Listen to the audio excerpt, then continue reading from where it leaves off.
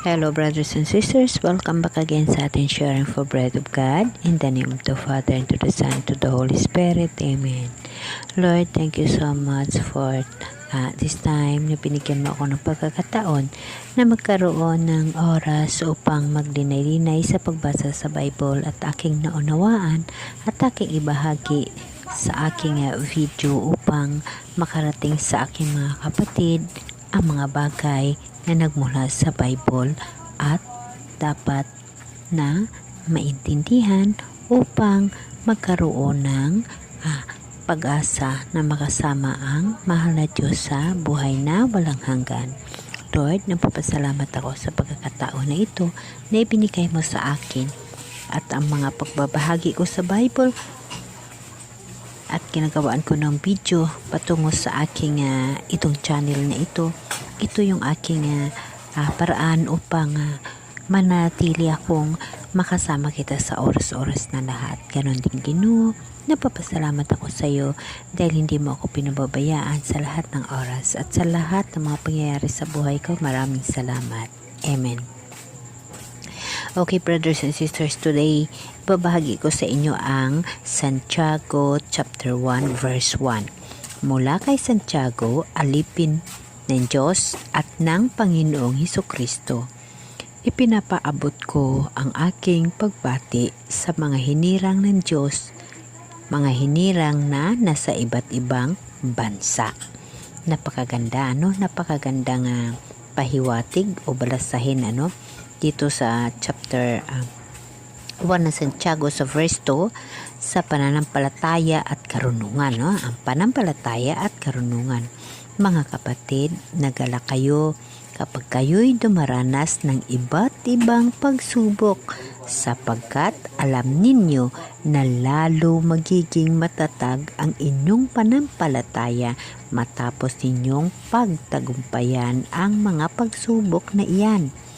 At dapat kayong magpakatatag hanggang wakas upang kayo'y maging ganap na walang pagkukulang.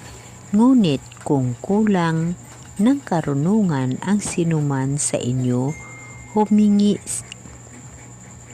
siya sa Diyos at siya'y bibigyan, sapagkat ang Diyos ay saganang magbigay at di nanunumbat. Subalit, ang humihingi dapat manalig at huwag mag-alinlangan, sapagkat ang nag-alinlangan ay parang alon sa dagat na tinataboy ng hangin kahit saan. Huwag umasang tatanggap ng anumang mula sa Panginoon. Ang taong pabago-bago ang isip at di alam kung ano ang talagang ibig. Wow, napakaganda. Napakaganda brothers and sisters. Napakaganda ang mga mensahe ito. Yes, brothers and sisters, alam niyo ba na sa sarili ko humihingi ako kay Lord. May isang bagay akong hinihingi kay Lord. Ngunit pabago-bago yung isip ko. Sometimes hinihingi ko, sometimes hindi.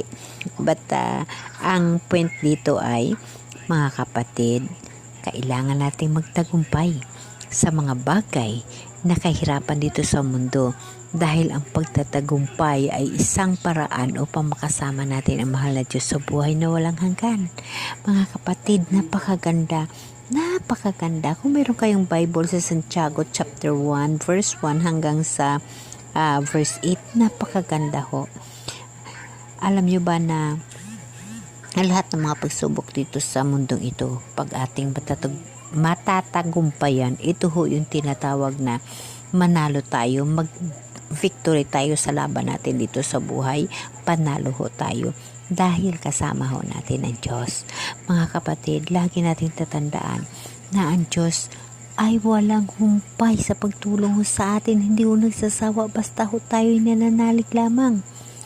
So sinasabi ko na ako'y may hinihingi sa mahal na Diyos, ngunit pabago-bago, yes so dahil hindi ho ako sa personal ko ho yun na hinihingi dahil na iniisip ko na pag hihingiin ko yun, gusto ko si Jesus, si Jesus, kaya doon nga nagabalabala yung hinihingi ko. Parang gusto kong humingi ng isang bagay, ngunit mas gusto ko si Jesus. So, pinapasa Diyos ko yung mga bagay na yun sa personal kong buhay. Ngunit ang katotohanan, tayo ay kailangan magtagumpay dito sa mundong ibabaw.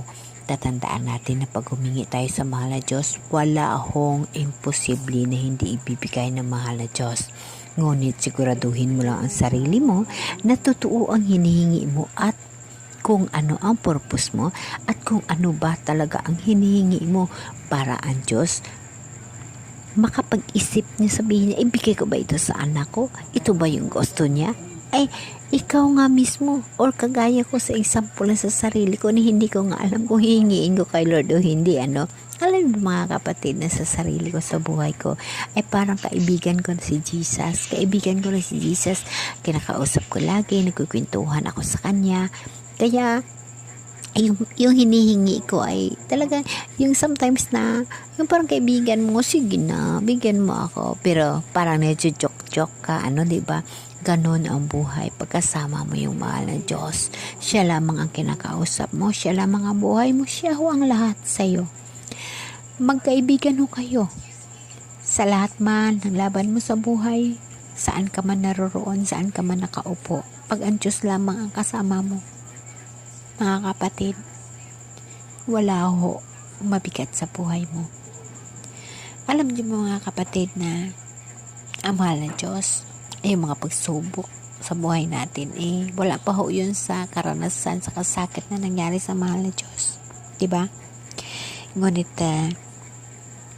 tayo ay napakaduwag natin humarap ng mga problema natin, ano? Napakaduwag ko natin. Ngunit kahit ano pa naman ng mga problema sa buhay, harapin natin ang kasama ang Diyos. Maging matapang ho tayo. Maging matapang ho tayo sa mga bagay na yun, mga kapatid. Ulitin ko dahil napakaganda ito, ano? Mga kapatid, magala kayo kapag kayo'y dumaranas ng iba't ibang pagsubok, no? Sapagkat alam ninyo na lalong magiging matatag ang inyong panampalataya pagkatapos inyong pagtagumpayan. Diba mga kapatid? No? Tama ho yun. Lagi ko talaga inuulit sa mga vlog ko na o sa aking mga video na ang kasakit, ang kahirapan, pag mapatagpayan mo yun, panalo ka, lalo pa pagkasama mong mahal na Diyos.